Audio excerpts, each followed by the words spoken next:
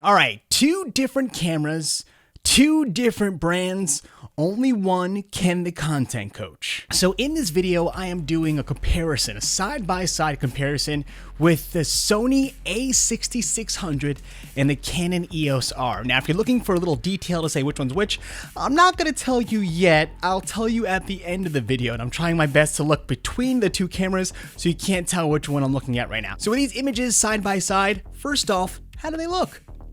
Now, just to let you know, I am shooting both at 1080 at 24 frames per second. No color profiles is the standard profile that comes in the cameras, and everything should be about the same. Now, both of them are using face and eye auto tracking in video, which is fantastic. So no matter how I move, I should be in focus, which is really nice. Now, I have these two cameras and they're fairly new to me because of how great the market is right now for secondhand cameras. Everybody is dumping their cameras and trying to get the newest one. So it's perfect for us who are trying to upgrade our equipment without breaking the bank. Now, just to tell you how I got these cameras and how much I paid for them, my upgrade cycle was like this. I was shooting with the Lumix GH4 and the Canon M50.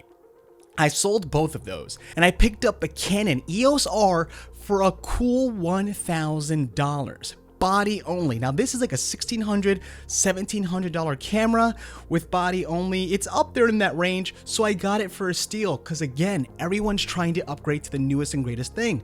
Now when it comes to the Sony A6600, that body is around $1,200 to $1,300, and I was able to get it on eBay for $1,050. And keep in mind, both these cameras are mint condition. They look brand new, and I got them for a steal price. Now, I want to tell you something that I really need you to understand. It is not the camera that makes the content. It is the person with the camera. You can literally give somebody a cell phone and tell them to go shoot, and they can win an Emmy. Believe me, I should know. But with that aside, let's look at the qualities of these cameras right now. Now I'm going to punch in at 200% and you tell me which one's a little sharper. I won't be able to tell until I'm in post, so let me know which one do you think is sharper. Another thing you have to consider is that Canon is usually a little warmer on the skin tones, where Sony is known to be a little cooler, a little bluer. So right now, take a look.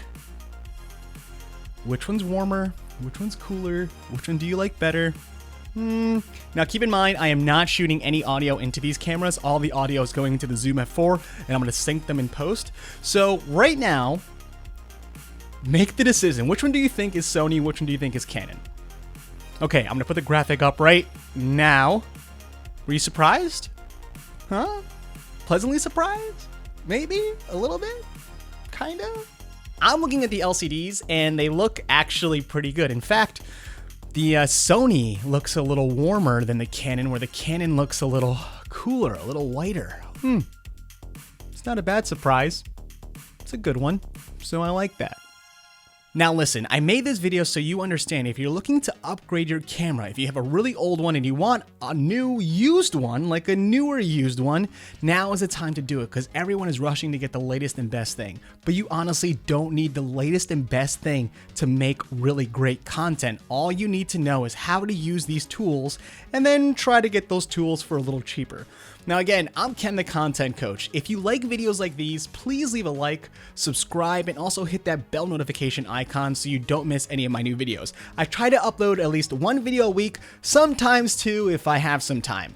But again, thank you so much for stopping by. Let me know in the comments which one you like. Do you like the Sony A6600 or do you like the Canon EOS R?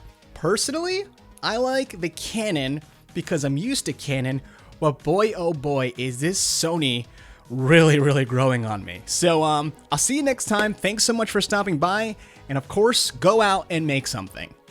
And if you're wondering about this, I actually won this with my newscast over in Arkansas for storm coverage that we did. It was a really horrible tornado that ripped through this town, and we won for the newscast on the weekend. So this was a huge accomplishment. I actually got nominated for 2 other Emmys for some videos that I did solo as an MMJ. One of them was mostly shot on an iPhone, believe it or not. I think it was like the iPhone 7, and I used the DJI Osmo Mobile for that one.